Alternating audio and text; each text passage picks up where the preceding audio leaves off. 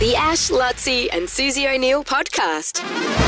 Hey guys, Mitch here with a little recommendation of what to watch this weekend. First up, new releases at the cinema, and it's one of the biggest of the year. Bad boys, what you gonna do?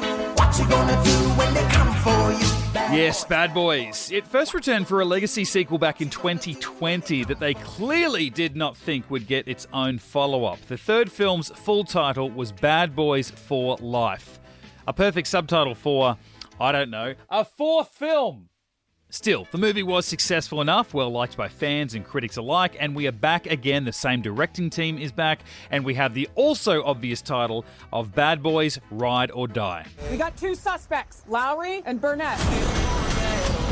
They're armed and dangerous. Bad Boys Ride or Die is out now, as is The Watchers, a new supernatural horror film with the name Shyamalan across the poster. But rather than M. Night Shyamalan, the writer-director of The Sixth Sense, Split and Knock at the Cabin, his daughter Ishana is the brains behind this film, with M. Night acting as producer. It stars Dakota Fanning about a woman who is stranded in a forest alongside three strangers who find themselves watched and stalked by mysterious creatures at night. What is happening? What is this place?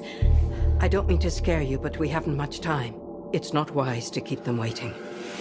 Over to streaming, and my excitement for the week, unsurprisingly, was new Star Wars series, The Acolyte. It's not the Star Wars you know. It's set 100 years before anything else we've seen in the timeline on a movie or TV front, so there are no familiar characters or even events to latch onto, which actually gives it a lot of free rein as far as the story goes. Jedi are being hunted.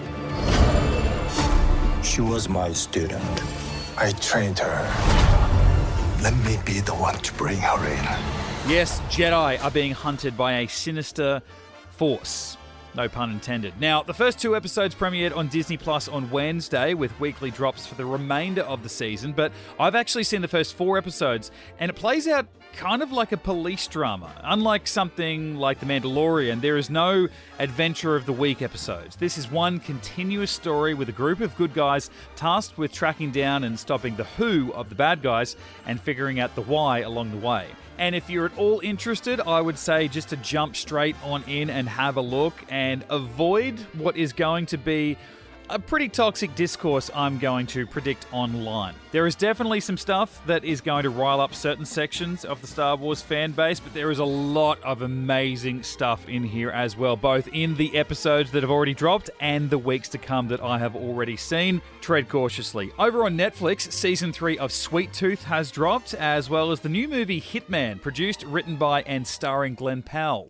By the way, my name is Gary Johnson, and I'm a fake hitman. Based on the true-ish story of a contractor for the police department who went undercover as a fake hitman looking to catch would-be killers, the movie sees things complicated when Gary falls for a potential client. I'd almost encourage you, though, to not watch the trailer. Not only does it give away some pretty big story reveals, but it also advertises a much funnier action comedy. Not to say that Hitman isn't funny, it's just that it's a much slower burn that's more focused on the lead character and the various relationships he's involved in. What I will say is that Glenn Powell is becoming one of the more charming leading men in Hollywood. He had his antagonist role in Top Gun Maverick opposite Sydney Sweeney in rom-com Anyone But You earlier this year, and soon to co-lead the sequel to Twister. Here, he is very likeable, and the chemistry he shares with Adria Arjona oozes off the screen. On Amazon Prime Video, Dumb Money hits on Monday. It's the unbelievably true story from a couple of years ago, you might remember, when a group of nobodies flipped the script on Wall Street by skyrocketing the share price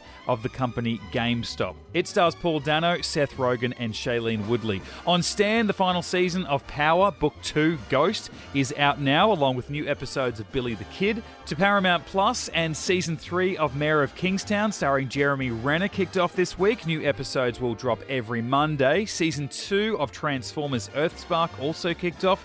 And on Binge, an interesting one with the docuseries Nick and Aaron Carter, Fallen Idols, about the rise of and falling out between the two pop star brothers.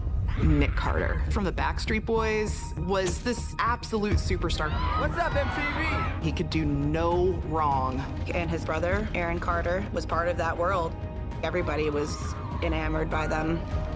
Nick looks like a perfect, pretty Ken doll, but I know how evil he can be. New trailers this week with the third Tom Hardy-led superhero-ish Venom: The Last Dance showcasing its first look. What are you? We are. We're Venom! We are. Venom! No. Oh! Yeah, we are. Venom.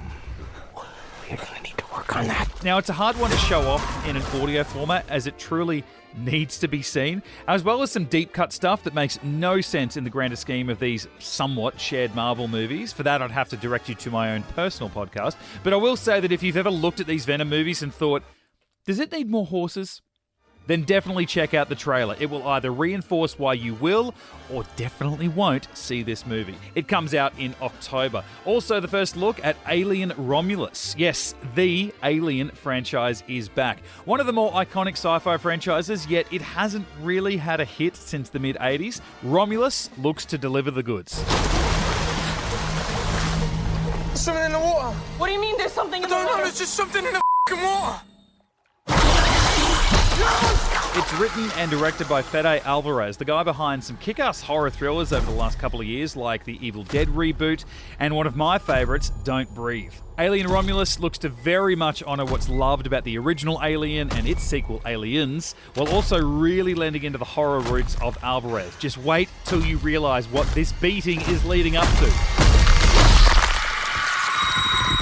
It's out August 15th. And news this week, a new Hunger Games book is coming, with author Suzanne Collins announcing Sunrise on the Reaping will release in March next year. It's a story set around the 50th Hunger Games, around the time of the character Haymitch, played by Woody Harrelson in the films. That's 24 years before the events of the first Hunger Games and 40 after the book and movie The Ballad of Songbirds and Snakes. In the same breath, Lionsgate Films announced that there will, of course, be a movie adaptation of the novel. It's scheduled to arrive in November 2026. And another movie, but one that has been on the way for a while, is starting to take shape with some news around the Peaky Blinders movie, and cameras are expected to start rolling before the end of the year, with Cillian Murphy, of course, returning to play the role of Thomas Shelby. Story details are still scarce, but it is expected to be set around World War II, and you will be able to watch this one at home as well, with Netflix, who do stream the 5 seasons of Peaky Blinders here in Australia, the studio behind the film. Back for more What to Watch on Thursday. The Ash, Lutzi and Susie O'Neill podcast is a Nova podcast. For more great comedy shows like this, head to novapodcasts.com.au.